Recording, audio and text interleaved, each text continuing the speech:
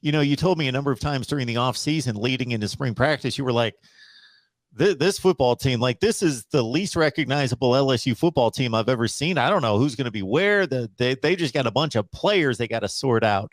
So now that they've been through 15 sessions in a spring game, what have you sorted out? What starts to come together now? Well, obviously the big news is the quarterback battle. And that's the number one question you get. That's the number one question I get, right, as far as LSU is concerned. So this last weekend, so on our channel, we do like these deep film breakdowns of this play or that play. I won't do that here. So if that is your kind of stuff, go over there. I won't get into the X's and O's now. But all four of the LSU quarterbacks threw touchdown passes. All four of the LSU quarterbacks did not throw interceptions.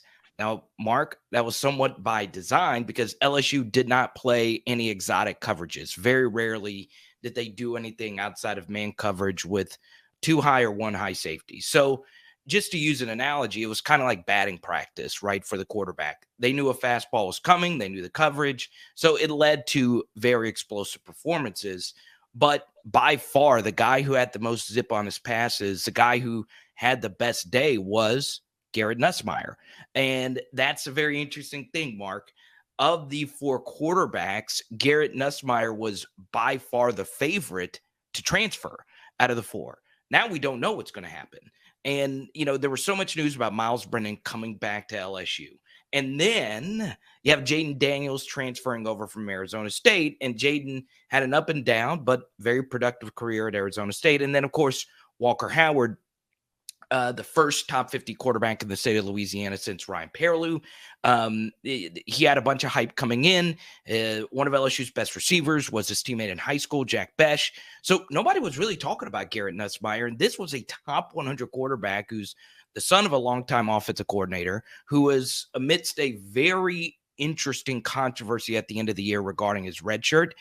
This is a point I just kept making, Mark, on the channel. So we do like spring breakdowns and whatnot.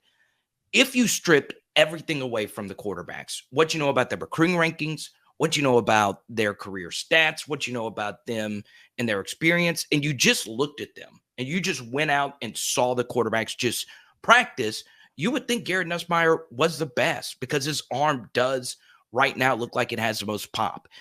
His balls were more accurate than the other players' passes. But then at the same time, he did get a little bit of interception luck. And the big thing here, Mark, is Jaden Daniels' mobility. That is something that really sets him apart. His mobility is special, whereas the other quarterbacks, they have some outside of Miles Brennan. But that's the thing. Jaden and his dual threat ability is something that LSU is really going to want to capitalize on. So I think right now, Jaden is still right in the middle of it. 3-man race, right? And Walker Howard's just kind of like develop, get yourself ready, make a big push in 23. Right. Yeah, okay. That's what it looks like right now. And look, Walker's very talented. He kind of knows his situation. So he's not going to be one that's going to be like, oh, I'm not playing, whatever. No, he's in it for the long haul. And he'll battle Garrett Nussmeier next year for that starting quarterback role. But this is, and everyone knows this. You have diehard college football fans that watch your stuff every day. The transfer portal is the same for everyone. And it's in particularly a big deal for LSU because this is just how it's going to be. Now, Mark, I don't have any inside information. Let me put it this way.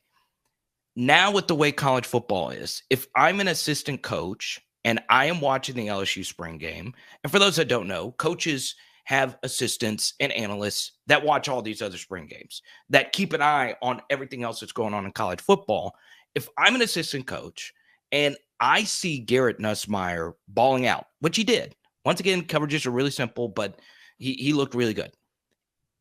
I'm going to be like, look, if this kid wants to play now and I am at another Power 5 school or non-Power 5, I can find some way to get in contact with somebody and say, look, Garrett Nussmeier looks really good and he would be the best quarterback in our room right now. I don't know if that's happening. I guarantee you there is some of that happening. It might not be at LSU. It might be at other schools. That's just how it is now. And it's crazy because all 4 of those quarterbacks, Mark, showed me something this past weekend. Now, does that mean that they're going to be an all-SEC starter next year? No, because the SEC has a really talented group of quarterbacks going in to next year. But That's just how it is. If Nuss is the QB3, I'll say this, Mark, he would be the QB1 at a lot of schools right now. I guarantee you, especially with what happened at Ole Miss this past weekend, Lane Kiffin would be like, God, he'd be the best guy in my room right now.